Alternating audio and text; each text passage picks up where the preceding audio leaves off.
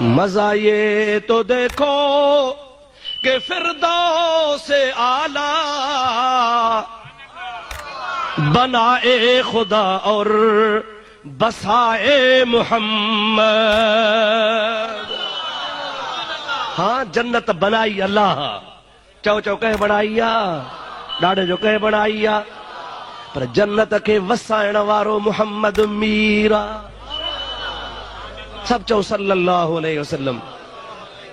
ओ मुंहिंजा प्यारा दोस्त अज़ीज़ भिटाई साहब रहमतुल्लाह अलैहि फरमाइनि था, वॾा वण वण कारजा जिते नागस झन नीला, उते अब्दुल लतीफ चवे कया हे कलड़न हीला, जिते कुड़म न कबीला, उते रसज रहबर राह में।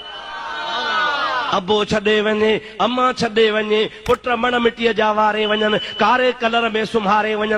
मुंहिंजा प्यारा दोस्त, का साह कान्हे का, पाणी कोन्हे, हवा कोन्हे का, उन जगह ते विरूह वारो कोन्हे को। सरकार फरमाइनि था, अज़ीज़ छॾे वेंदई मलाइक पोइ ईंदई, अॻु में मां मुहम्मद करीम ईंदोसां।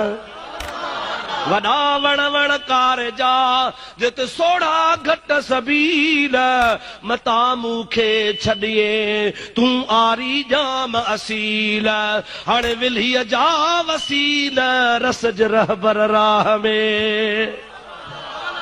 ओ मुंहिंजा प्यारा दोस्त, या अल्लाह जी तौहीद आ, रब जी वहदानियत आ, जो पंहिंजे बंदे खे, पंहिंजे बाने खे, पंहिंजे रसूल खे, पंहिंजे ख़ल्क़ल खे अल्लाह पाक जी ज़ात एतिरो मक़ाम अता फरमाए, जो काइनात जा माण्हू क़यामत जे ॾिहाड़े नफ़्सा नफ़्सी जे आलम में हूंदा। जंहिं वटि वञ सभु को चवंदो नफ़्सी नफ़्सी नफ़्सी नफ़्सी, इज़हबू इला गैरी। अॼु मूंखे पंहिंजी लॻी पई आ, ॿिए ॾे हलिया वञो। सॼो जहान नफ़्सी जे आलम में हुजे, ख़ुदा वहदहू ला शरीक जलाल में हुजे, या ख़ुदा जी तौहीद आ, वहदानियत आ, जो को ख़ुदा जे आॾो को न ॻाल्हाए सघे।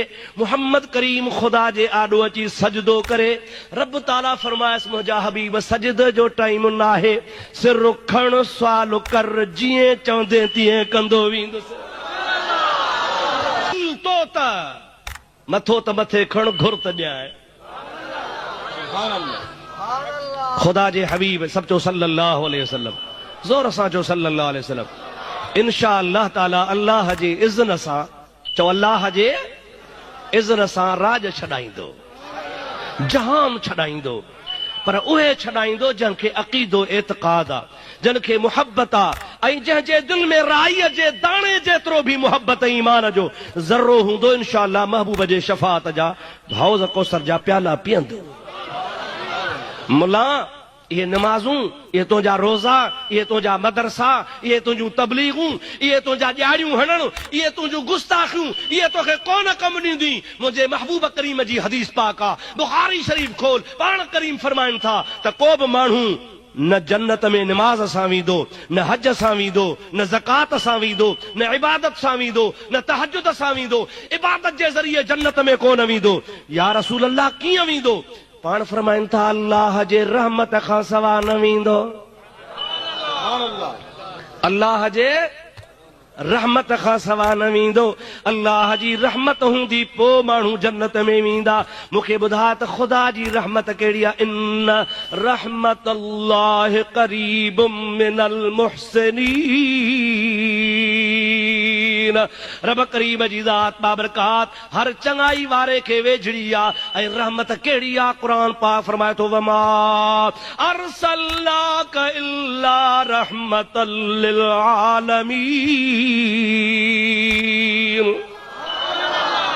है मुंहिंजा बिछड़ा हबीब करीम सल्लल्लाहु अलैहि वसल्लम जी ज़ात बाबरकात, मां रब करीम जी ज़ात बाबरकात तोखे सभिनी जहाननि जे लाइ रहमत करे मोकिलियो आहे।